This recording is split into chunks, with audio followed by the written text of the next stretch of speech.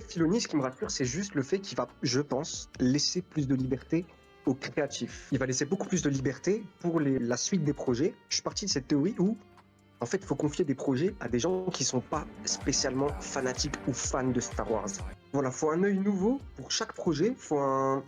une touche spéciale pour chaque projet, aussi bien du Star Wars horreur, comme du Star Wars un peu plus feel good, comme du Star Wars un peu plus enfantin, comme Skeleton Crew. Alors, Et j'ai confiance en Filoni sur ça. c'est marrant ce que tu dis parce que donc toi dans ta vision du truc, je crois que c'est la première fois que j'entends ça, qui dit ah je suis content parce que du coup avec Filoni à la tête de Lucasfilm, je pense qu'il sera plus ouvert pour la création, côté créatif des autres personnes, alors que moi personnellement, ce que je lis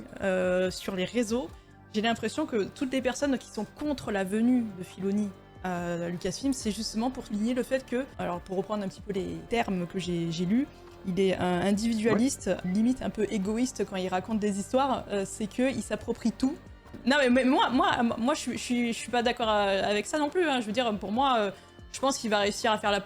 part des choses. En fait, je sais que beaucoup de personnes anti-Filoni, ceux qui n'aiment pas en fait de toute façon sa vision de Star Wars, sont pas très chauds en fait de sa venue parce qu'ils ont peur qu'il y ait ce côté créatif qui disparaisse encore plus. Des séries comme Andor n'existeront plus à l'avenir parce que du coup Filoni dira